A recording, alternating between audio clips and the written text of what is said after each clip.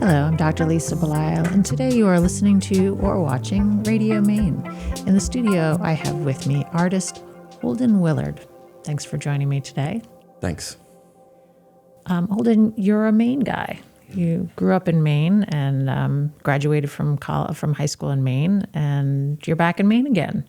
So tell me about your connection to Maine. I grew up in Raymond, Maine. My parents, Megan and Dawn, are also from Maine as well. Both were farming families, so, they met together, long after they had gone to college together. And, they wanted to have a family, and staying in Maine was kind of just like a natural progression for them. And my dad was the town manager of Raymond, and, he really, kind of wanted to raise that family in Maine because of how amazing Maine is, and I'm really happy he did. It's been a really good time, and I think a natural progression for me to come back to Maine because of the art scene here, the art history of the state, the teachings that I got in college were, very much a heavy emphasis on modernism. And so I was like looking at Marsden Hartley and these like Maine cubists, and I was like really into that really long history of, kind of like plein air painting and reactive painting. So, my connection to Maine, I think, only strengthened that desire to want to continue my studies here.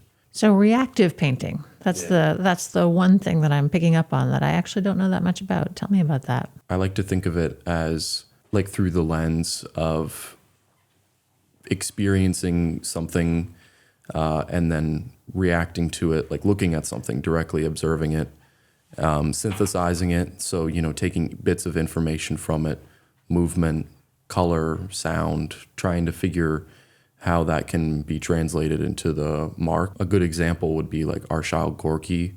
He would like go out into the field of where he worked outside of his barn, and he would paint outside. And a lot of his paintings were reactive because they're not direct representations.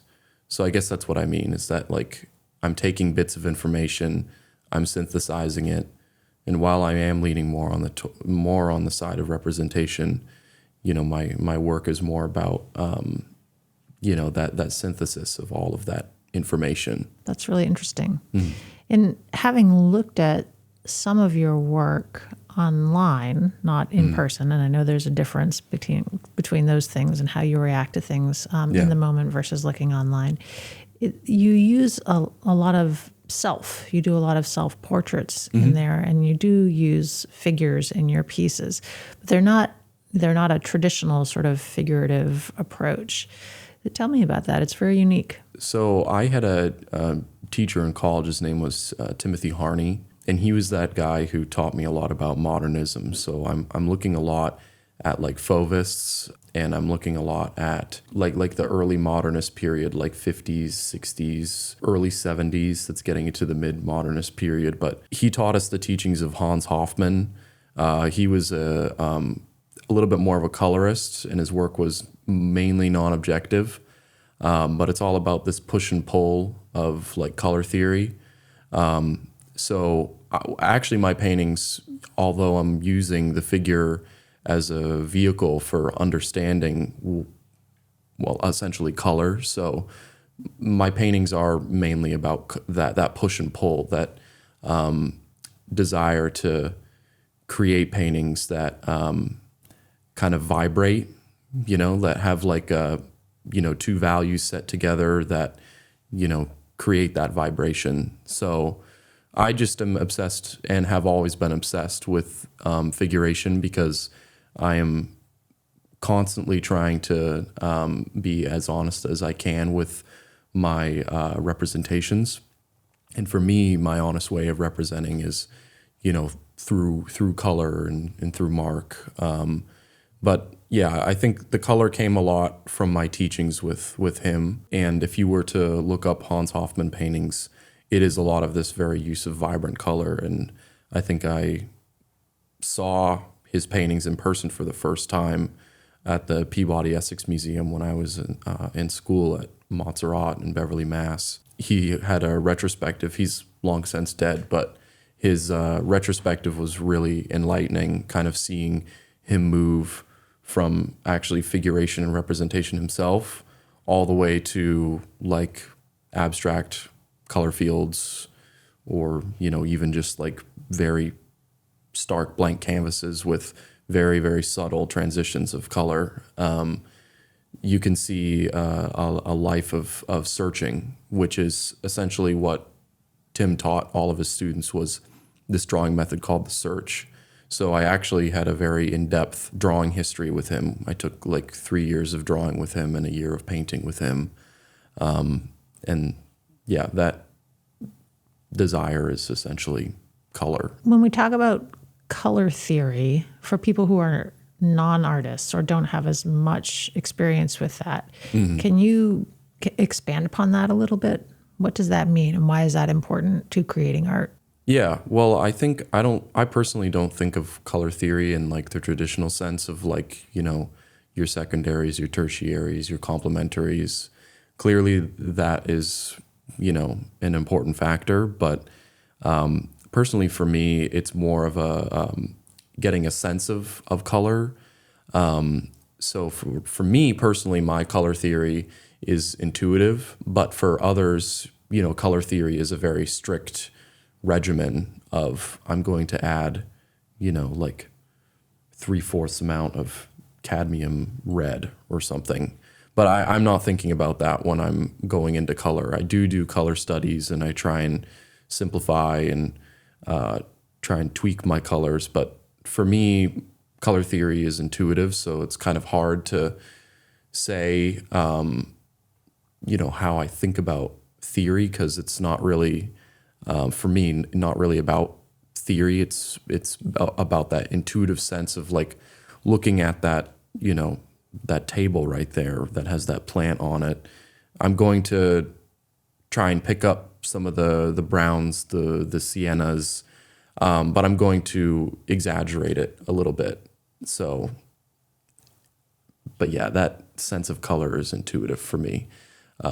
If someone else were to ask me the same question, I'd probably say the same. It's hard to gauge how I make these choices, but mainly it's based on my interests in other colorists and seeing what they're doing, mixed with my own intuition. So as I'm hearing you talk, I'm hearing a lot about the importance of the historical perspective and also theories and other artists' processes and the way that they approach their own art, and how you use that yourself, how you actually kind of integrate it into your own work. So you're not necessarily doing strictly following somebody else's path, but you're saying, how do I bring this into my own pieces, and how do I experience this and do this work myself?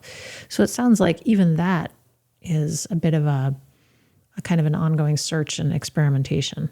Yeah, for sure. I think a lot about art history, and I'm always trying to compare that obsession with art history with what's going on in the contemporary moment. So, you know, some of my favorite colorists like Jennifer Packer, Doron Langberg, you know, they're using the figure as that vehicle, but I would say their work is also mainly about color. But yeah, I definitely am always trying to search for new ways to be honest within my work. And over the past couple of years, it's been a lot about kind of upping the color, upping the vibrancy, and trying to challenge myself a little bit more with that vibration aspect. A lot of that comes from, you know, setting, you know, these colors that are like the same value, but maybe they're in a different hue, or maybe they're very close in hue. Like a good example that most people would probably know is like when you look at like a Rothko painting and you see these two colors that are very, very close in value and in hue, he said that the meaning of his paintings are in between the color passages. And I hope that some of that emphasis can be felt in my paintings, because there's many layers and there's a history that belongs to every single one of them that I take away and I show. It's a little bit, if I'm hearing you right, it's a little bit about kind of not just what's there, but what's not there. It's sort of the space in between. Yeah. So when you're thinking about or intuiting the work that you're putting together, is there an element of subtraction that you're always working toward? Yeah, there's always a lot of that emphasis that I was taught in college was, an additive and subtractive process. I'm putting paint on, I'm taking it off, I'm drawing through paint, I'm taking it off again, glazing, scumbling, sanding. Yeah, it's a lot about a process of, reevaluating and reevaluating and reevaluating every single choice you make. I want everything to be worked up to the same degree, the whole picture frame activated. There's a lot of artists who, focus from part to part. And I was taught to stray away from that. And the way to keep a work honest and alive is to be reacting to every single part simultaneously and see how everything reacts as a whole. So I'm interested, when you and I first sat down this morning, you had mentioned that initially you went into art education. Yeah. And that wasn't the place that you were at, and what you were doing wasn't a good fit for you. But initially you did have an interest in doing art education. Is this something that has in any way carried through for you? Yeah, for sure. I've taught a couple workshops. I've also helped some friends out and taught them like kind of impromptu drawing and painting courses. I feel like I could be a good teacher, and I'm actually hoping to teach at some point in my life. I only have my BFA right now. I got it in 2021.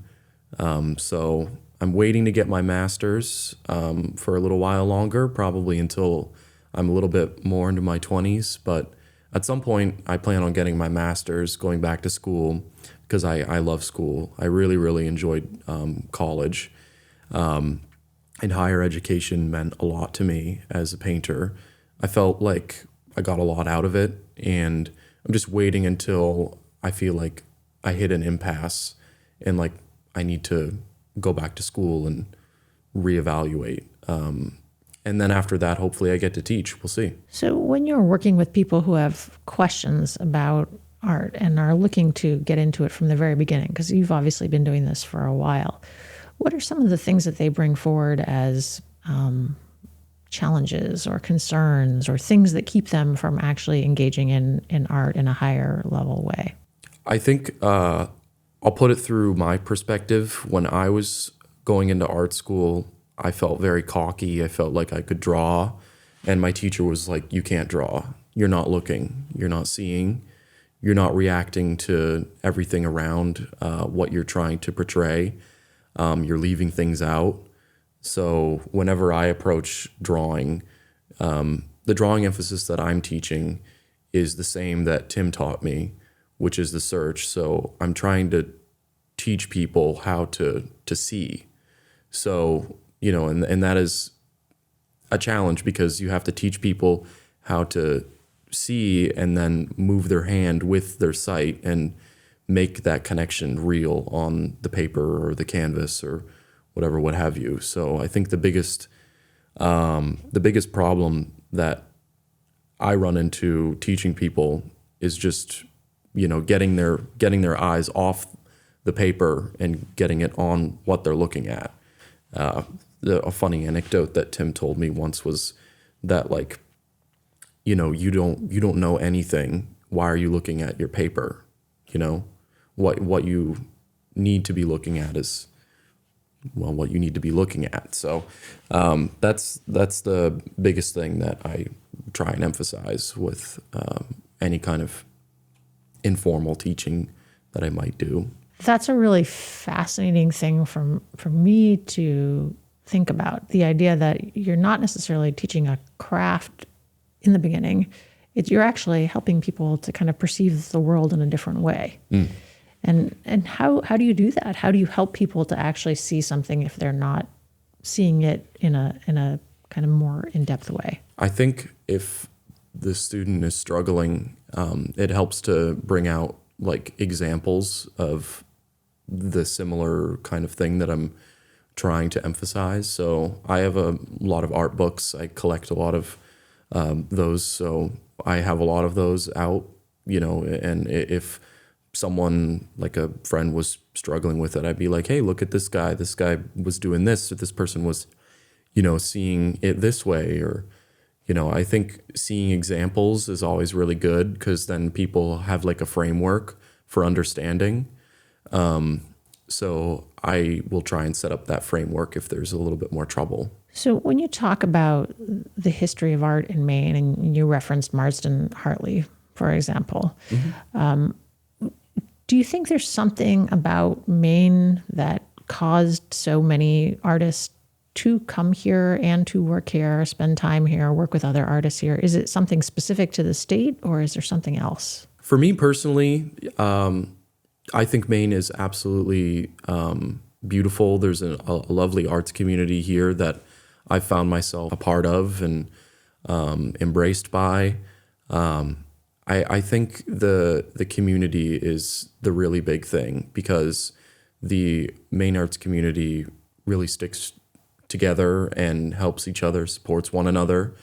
And I think that's really special because I've gone, actually not to many places, but the few places that I have been, competition always seems to be a huge thing, and that's not really the case in Maine. No one is trying to compete for anything or like social clout or art. It's not really a thing here, and I think a lot of people get that sense from Maine and want to come here. I think there's a lot of young people from New York City that are getting tired of working and living there and are looking for a respite and are coming to Maine. And I think to some degree that's a really good thing.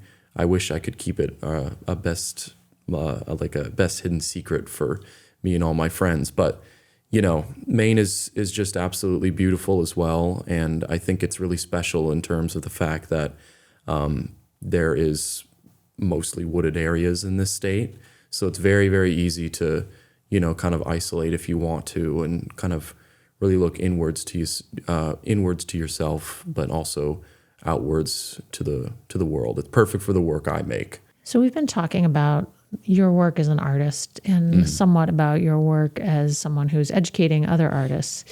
But there's also a commercial element to art. And there's always a balance that artists who want to have this as a profession have to seek.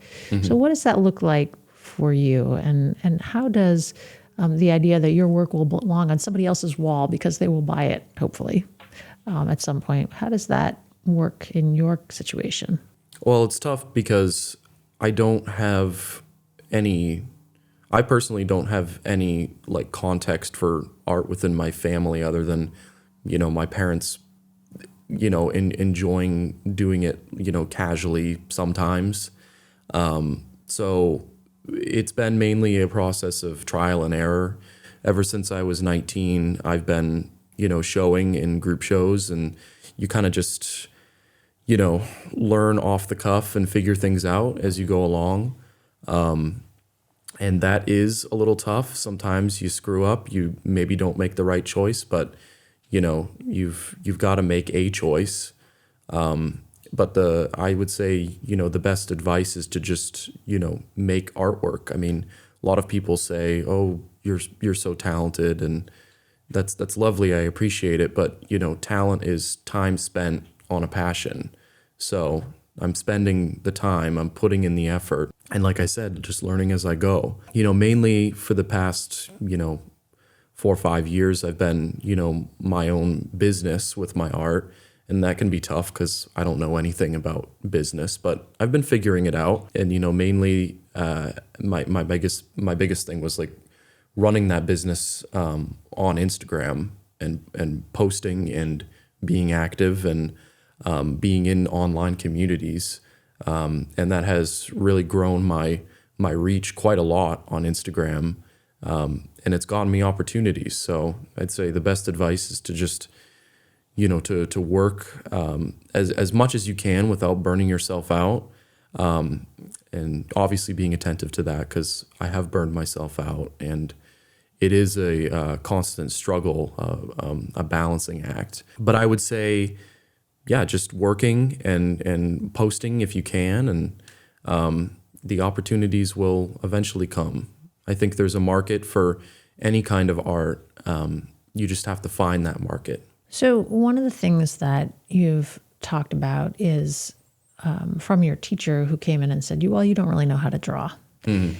And my experience in talking with people who have gone through true art education is they have to be comfortable with critique, and they have to be comfortable with other people commenting on their work, mm-hmm. which feels like it could be something that you have to learn over time, because being challenged as to something that's deeply personal is not for everybody an easy thing. Mm-hmm. So talk to me about that a little. Yeah, critique is clearly a really heavy thing. I mean, I remember being in school and, some people just not taking it well at all and like crying, and it's awful to see. But I think critique is the most important part of art. I'm going to be living in a home in Brunswick with a bunch of other artists, and we're all going to be hopefully critiquing each other and being critical of one another's artwork. I think it's the only way you can get better, and you need someone in your life who's going to tell you straight up how you're doing. And it's never from a place of malice or contempt. It's always from a place of understanding. When I do critiques especially, it's always from a place of understanding, just asking questions. And it's never a comment on sometimes it is a comment on the content, but it's mainly never right out of the gate like a critique on content. It's more of a critique on how the physical image or sculpture or whatever, what have you, is working. And you always try and be educated with critique. I think, the worst thing that you can do is get your own personal opinion wrapped up in critique. When you're trying to be critical, I don't think it's a good idea to be, super emotional about it. Like, oh, I hate this because it makes me feel like that. It's more like, oh, well, I don't think maybe this is working, and maybe this is what the issue is. Tell me how you're working through this problem. That's what I mean about like from a point of understanding. So I think if you come at critique like that, you can't do wrong. And I think only constructive things can be garnered from that kind of conversation. It sounds like one of the reasons why it's important to actually have a community around you is that you build up enough trust so that you're trusting that that person is coming from the right place when they are offering you that critique. Yeah, for sure. Trust is a huge thing. And I mean, obviously in art school, that can be kind of weird because like you don't know everyone in your class maybe, but I mean, I feel like it's pretty easy to just be a nice person and just ask questions if you don't really know how to critique. And then eventually maybe something will come up and, you can feel comfortable enough to, maybe push back a little bit or, comment on a particular aspect that you maybe want more clarification on. Yeah, trust is a big thing for sure. So as you're talking about people who are feeling critique in a way that is personal to them and maybe it's upsetting to them, mm-hmm. Are there things that you can do as a colleague of theirs or a friend of theirs to help them get to that place where they understand that the critique is really, you're looking for a certain outcome, you're not getting the outcome that you're looking for.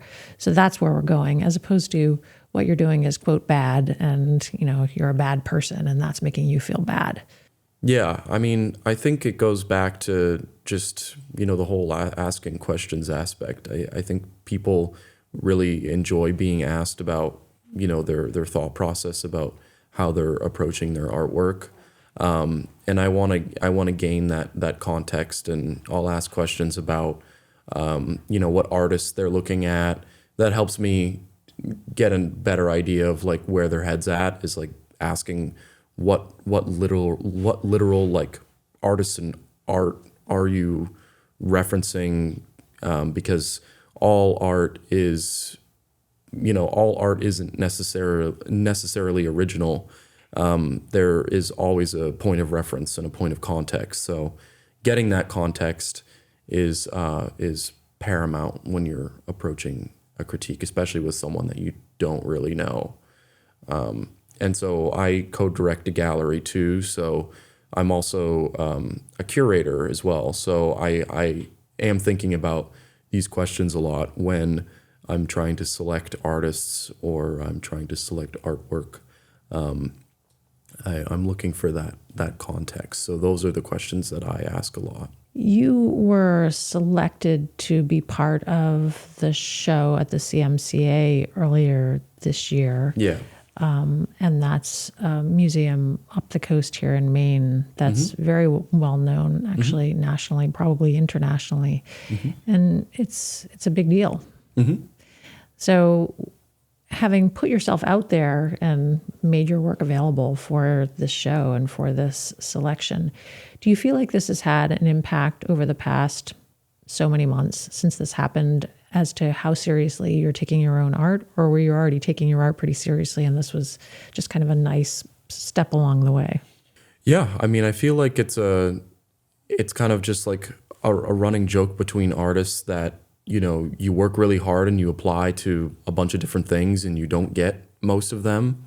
But yeah, I mean, somehow I got into the biennial. I'm working really, really hard since college. I haven't really stopped painting longer than, like a month since I graduated in 2021. And in college, I was working all the time too.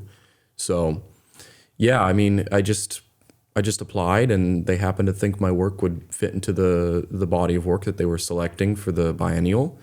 And it was truly a dream. I think, I was born in Rockport, and then to show work like a town over in a museum where I was born and, where my family was originally from is like really, really amazing. It was definitely a dream being there. And I loved working with the staff there and with Timothy Peterson, the director. Yeah, I had a great time. It's a lovely museum, and I love their approach to, showing work, and it's not for sale. It's like just all about the art, and it's all about the scene. They pick a lot of artists from Maine, and I think that's really, truly awesome. Yeah, they're a good institution for sure. And being in there definitely made me have a little bit of imposter syndrome, but in a good way. I just have never been in a museum. I've never had work in a museum before, so it was interesting seeing my work in that context. And sometimes I work very large, and I had a very big painting in that show. And seeing that in an actual museum was crazy because it looked small.